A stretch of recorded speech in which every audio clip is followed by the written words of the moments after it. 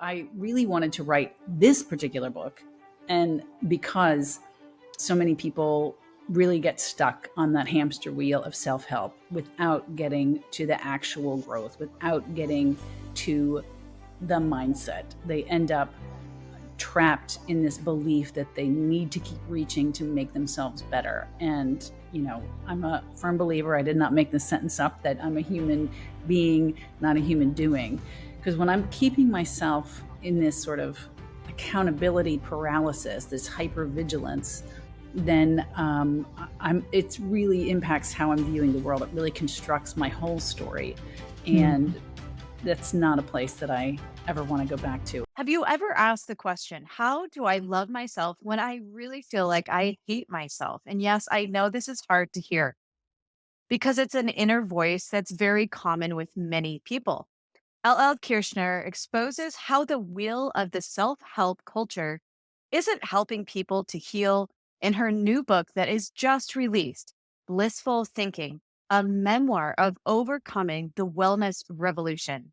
Kirchner calls out contrasts and contradictions as someone who has had to rediscover herself from a sex cult in India to addiction recovery and more. You are in for an absolute treat today, as it is my pleasure to introduce you to L.L. Kirchner.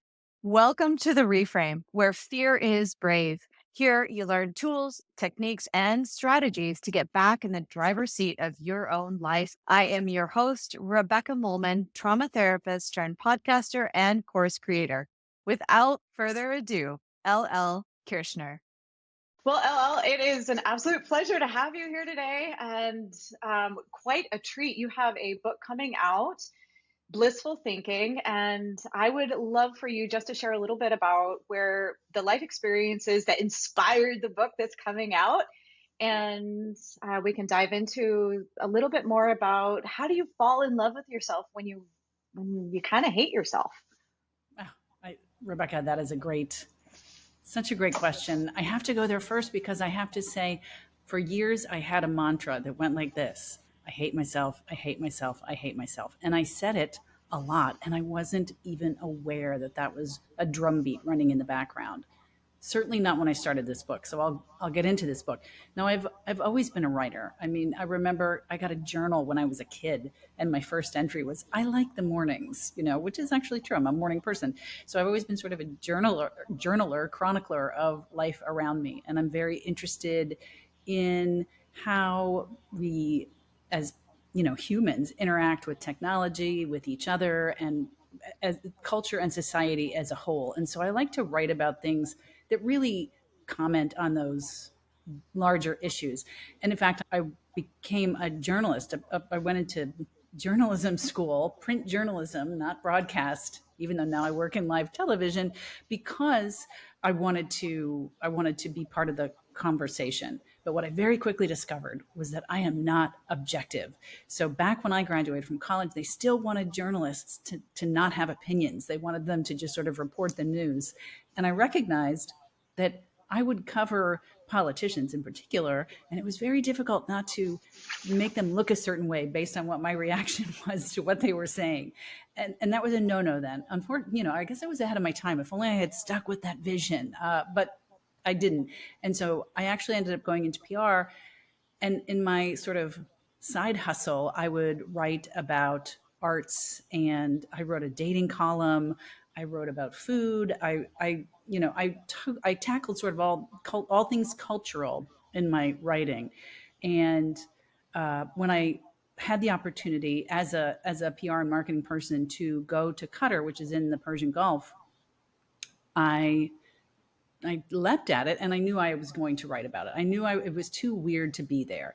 You would be going through the mall. You would see these women wrapped head to toe in black, floating past ads for Victoria's Secret. And it was like, this cognitive dissonance has got to be written about.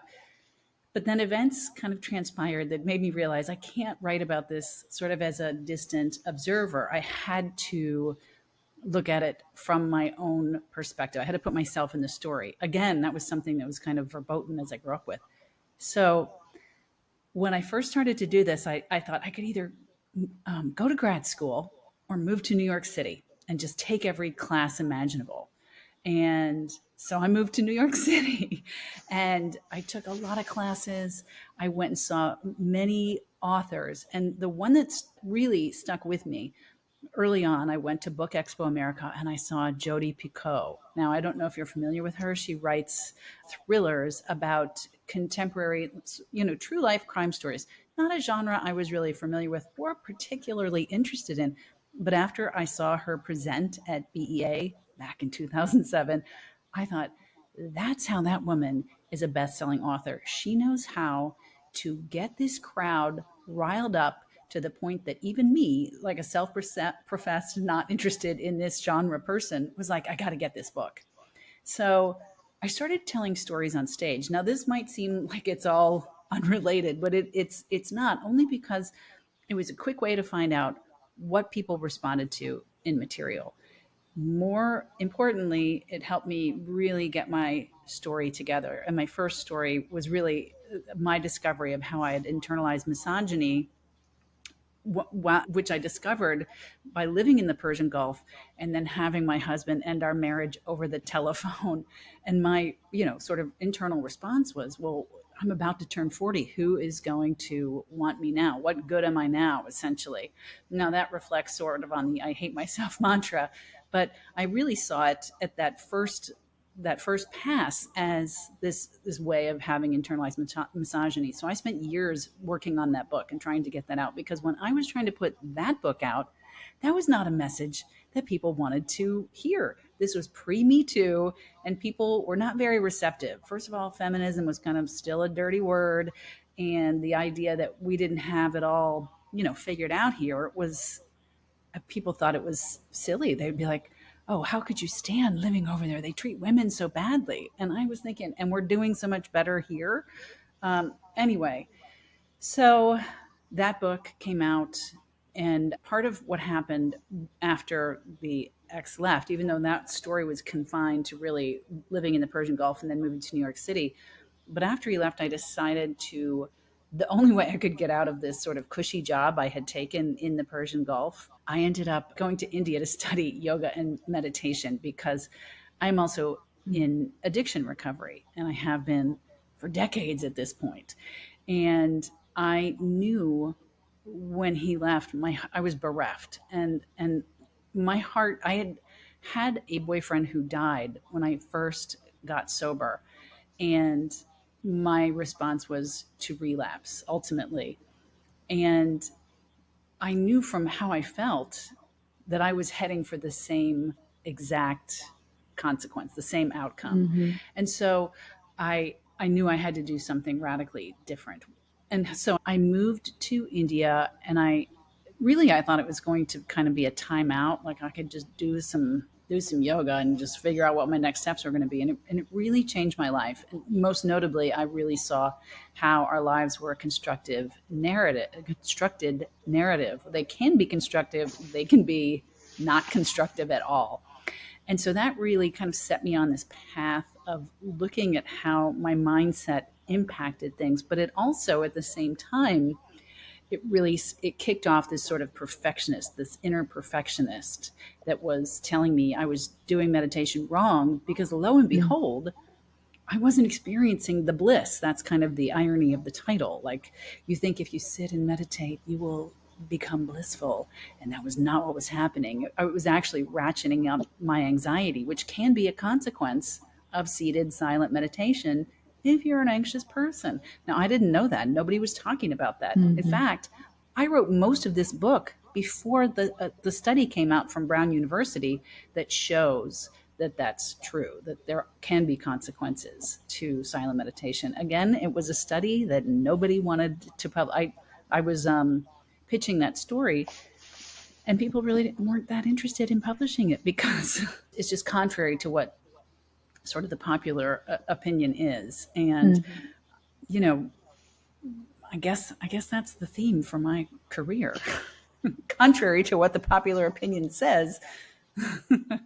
Yeah. So anyway, I really wanted to write this particular book, and because so many people really get stuck on that hamster wheel of self help without getting to the actual growth, without getting to the mindset. They end up trapped in this belief that they need to keep reaching to make themselves better. And, I'm a firm believer, I did not make this sentence up, that I'm a human being, not a human doing. Because when I'm keeping myself in this sort of accountability paralysis, this hypervigilance, then it really impacts how I'm viewing the world. It really constructs my whole story. Mhm. And that's not a place that I ever want to go back to. And I don't say that anymore. Even saying those words that I said at the top, the I hate myself mantra that I had, it hurts my heart to hear those words Mhm. coming out of my mouth. And really, that used to be a constant, and it's just not anymore. So, what was it that you were able to deconstruct that narrative, that mantra? That I love how you said it was just a drum beat in the back. I've never heard it quite put like that. That's gorgeous because it really creates such this pervasive tone to how you're moving through your day and how you're engaging with yourself and with other people. What was the process for you to deconstruct that piece? Well, it's interesting that you would say that because some of it was about going to a sex ashram, and I can come back to that in a Mm. minute. Some of it was about the storytelling, right? And some of it was about going to a cult and really recognizing, hey, they've got some good ideas at this place, but I don't need to dive in.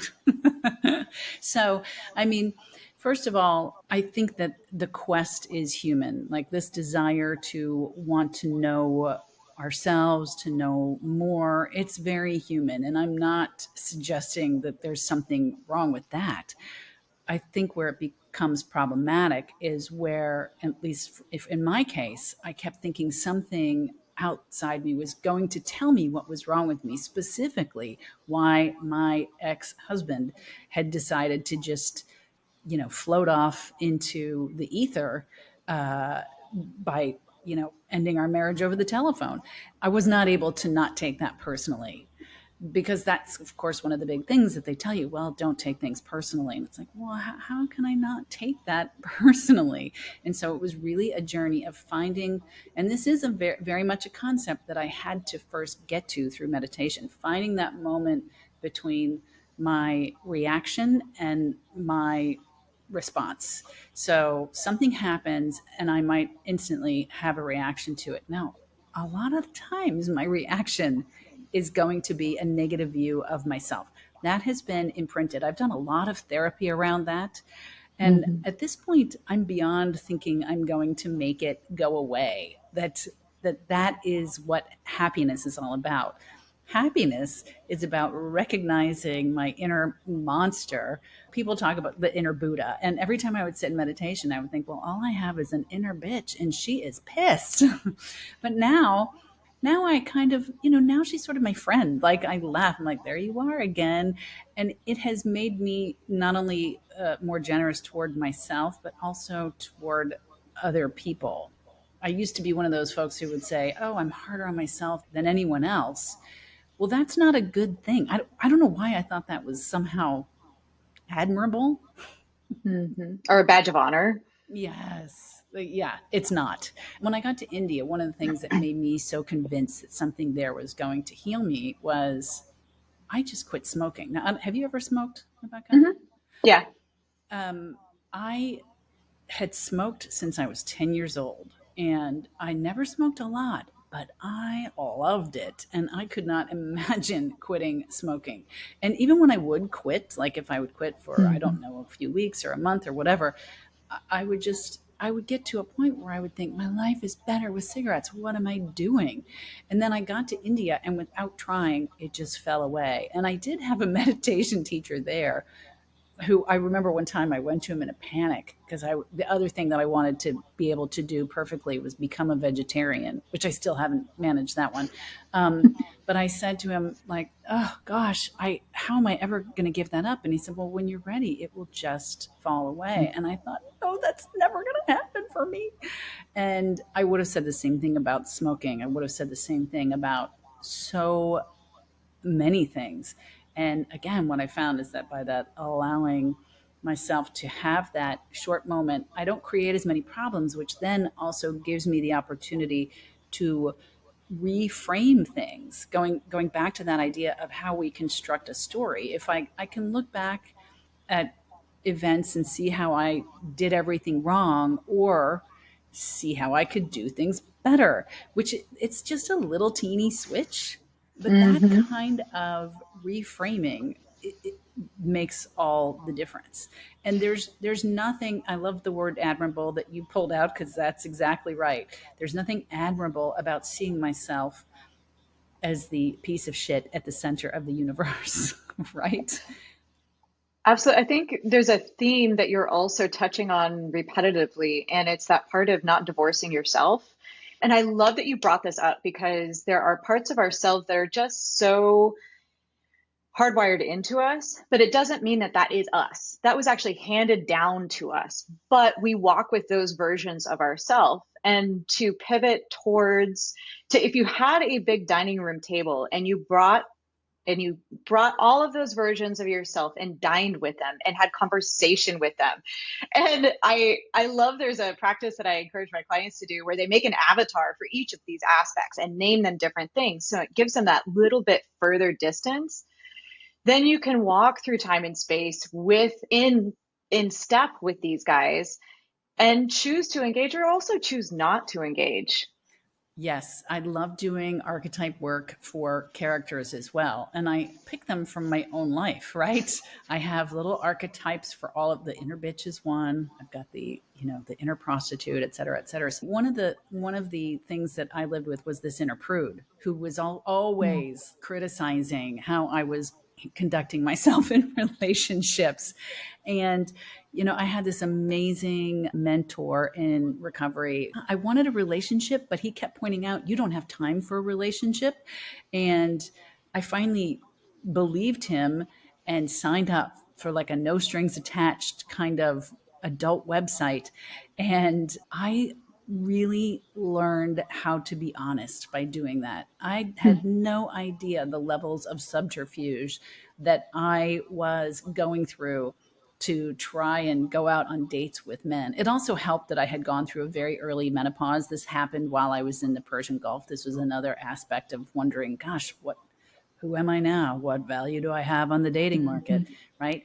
I realized there's no time clock. I'm not trying to beat my ovaries. And I really don't have time to be in a relationship, but I like the sex part. Can I just have that?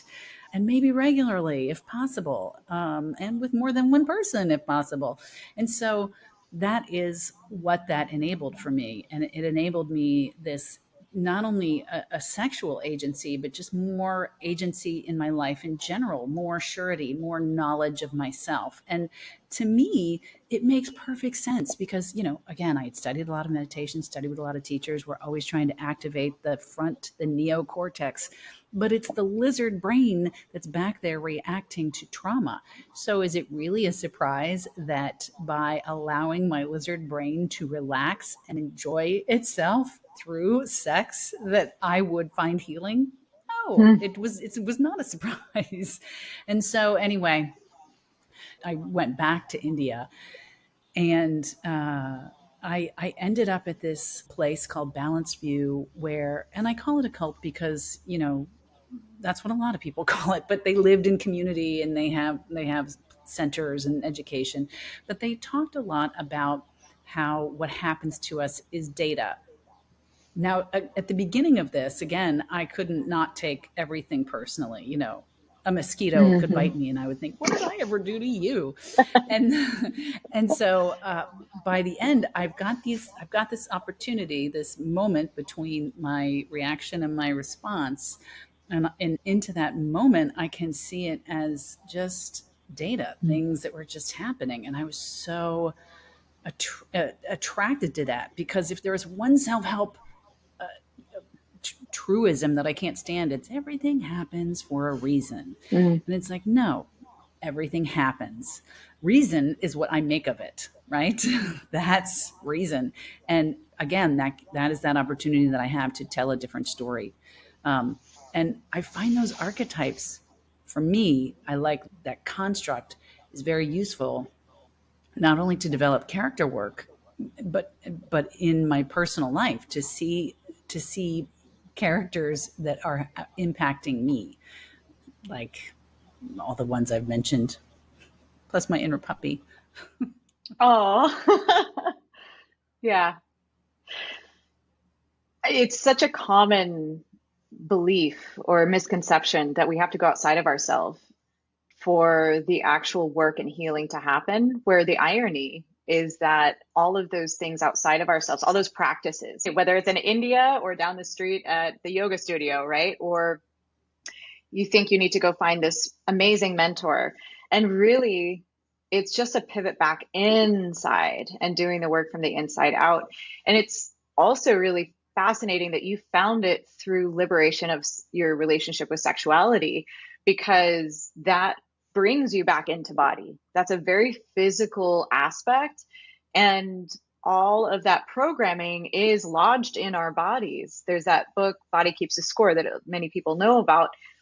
But when we start working with our sexuality and with our physical body, it digs up and it brings up all of that hidden, hidden messiness to be worked with. Right, but the funny thing is it's only hidden to us. One of the chapters in the book, Yes. I call it the psychic megaphone, because this roommate of mine really helped me realize, like, well, you might think that you're concealing how you feel, but people can tell.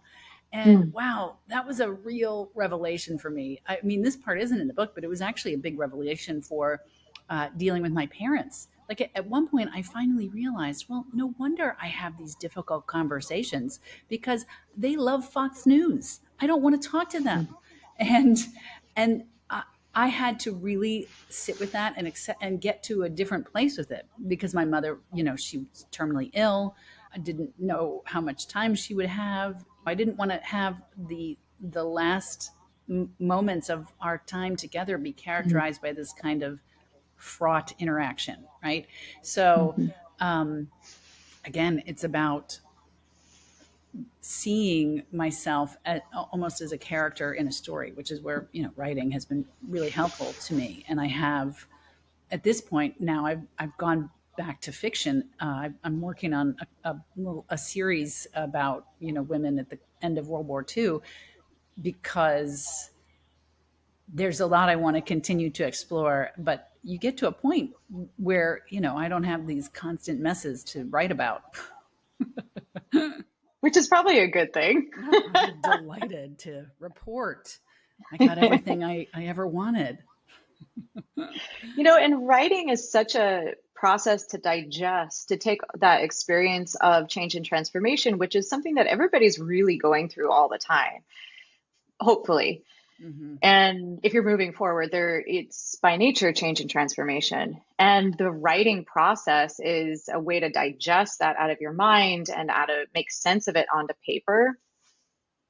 Right. And you mentioned, I mean, you were talking about you don't need a mentor, but I do think that you need community. And the reason Mm. is because it's so easy to, I don't want to use the word backslide, but that's the word that's coming to mind, because Mhm. again, it's so easy to fall into this idea that I am improving myself, which puts me in a poverty mindset. It Mm. takes me away from I am enough.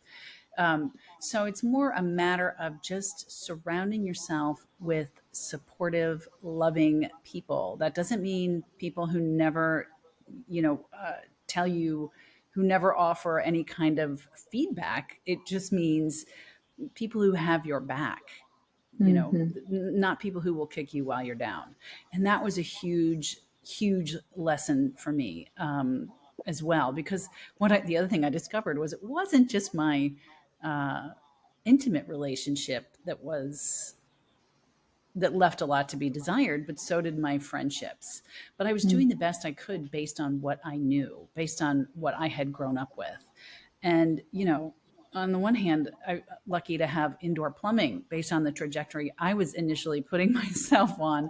But also, we moved all the time. I did not get any sense of how to develop and maintain long term relationships, even though my parents stayed married.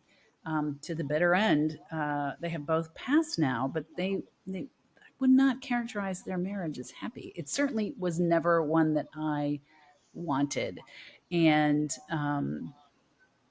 I just thought that was heartbreaking, and I Mm. never wanted that for my life. So I certainly never thought that's what I was getting into. So ultimately, my ex did me a favor by ending our marriage, honestly, because I think that was not a very good relationship, which I wouldn't have known if I didn't meet the man that I ultimately ended up marrying. Mm. Well, and it also launched you into a complete life transformation. True. You did a lot of internal work like that just completely changed your life in so many positive ways that felt like everything was crumbling probably around you. Yeah. If if you could leave the listeners with maybe some of the top three important things, if there's somebody listening and they can absolutely relate to you as far as they can hear that mantra, they can hear that narrative in their head, Hmm. you're no good, I really hate myself, which is incredibly common, what would you leave them with? Well, one of the things that I would say is that meditation is a wonderful practice. And I don't mean to leave anybody with the idea that I think, oh, just forget it because it's too hard. I actually put together a little quiz, which is just fun, which you can take. It's on my website. You can point to it in the show notes, but it shows people different styles of meditation. And so you take a quiz and it serves up to you what is most likely going to be suited to your personality based on these questions. It's not scientific, it is fun, but the fun of it is, I think many people like me maybe aren't even aware of how many different styles of meditation there are and how you can begin to access these kinds of positive changes. I also think that storytelling is incredibly valuable. Learning how to tell your own story. I have a free Mhm. course, a free 5-day course on how to tell your own story. Again, I can give you that for the show notes. But what is fantastic when you tell your own story is that this is how we come into communion. This is why I love podcasts, because I love hearing other people's perspectives that I never would have heard otherwise. Sharing your story is an act of community and empathy building that is just unparalleled. So learning how to really construct your story, whether for if you're trying to sell your business or want to give a toast at a wedding or just want to make coherent sense of this thing that you're experiencing called life, learning the tools of storytelling can be really helpful. But then, thirdly, I think the most important thing for me was learning how to look at the world around me and instead of constantly asking what I was doing wrong, seeing where I did things right. Now, this is classic cognitive behavioral therapy. That I remember I had this therapist, I met her in Qatar, and she told me this, and it blew my mind, and it has made a huge difference. She said, well, because I guess I was always berating myself in her office. Like, I forgot to do this. I didn't do that. I did that wrong, whatever. And she just stopped me and she said, do you ever comment on when you do something right or do something well? Like, oh, I'm so proud of you for doing this, that, or the other. And I was like, what are you talking about? Like, what is that going to do? What good is that going to do? And she was like, just try it. She was Kiwi. And so I did. And that changed everything. I would go, drop something off at the dry cleaner and I would say to myself, oh, good job that you did that. I would, put the dishes away before I went to the office and I would say, oh, thank you so much for doing that so I don't have to do that when I get home. Like I would literally construct these conversations with myself. It's also a classic tool of self-soothing where you just, give yourself the kind of love and appreciation. But for someone who is as hard boiled onto the I hate myself mantra as I was, it doesn't cross over into a line that for me was almost, it would have been too namby pamby. I would have been like, ugh, please. Now I Hmm. love self soothing. I love like physical self soothing, like, just touching my heart, allowing myself to breathe, all of that stuff. But honestly, When I was first starting, none of that would have made any sense to me. A meditation quiz that I could handle, a story course, interesting, and the idea that I wasn't doing everything wrong. So those, I mean, it's super basic, but those are would be my top three, like bar none, getting beyond the I hate myself mantra. Awesome. Those are really I love that. And that there's diversity to that too, the storytelling piece of it being a part of the fabric of the conversation.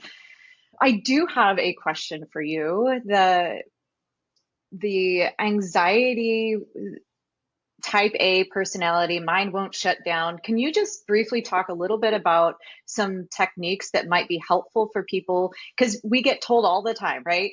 In fact, a friend of mine just texted me the other night. He's like, have you heard of, in joke, have you heard of meditation for anxiety? And Right. Yeah. but you're absolutely correct. People have a hard time just sitting and quiet. So what does somebody like that do to get the benefits, but not be actually more anxious after the process? Right. Well, that to me is someone when I am feeling super anxious and yet I know I want to maintain my meditation practice, I will turn to a guided meditation. Now, some people prefer a visual meditation, and there are different ways of doing a visual meditation. You can look at a candle flickering and just focus your attention on that. You can trace the outline of a mandala or some sort Mm. of design, just trace the outline and go repeatedly around and around. Or you can do a guided, like a vocal meditation. There are so many apps that you can download. Um, People, who will walk you through different practices. And one that I really like, although I don't know that this would have worked as well for me at the beginning, is Yoga Nidra, where it's a relaxation process that takes you from head to toe, going through and just relaxing your body. Super powerful. If none of that's accessible, even just deep breathing, where you breathe in to a count of 4 and then try breathing out to a count of 8. The longer exhale actually calms the nervous system.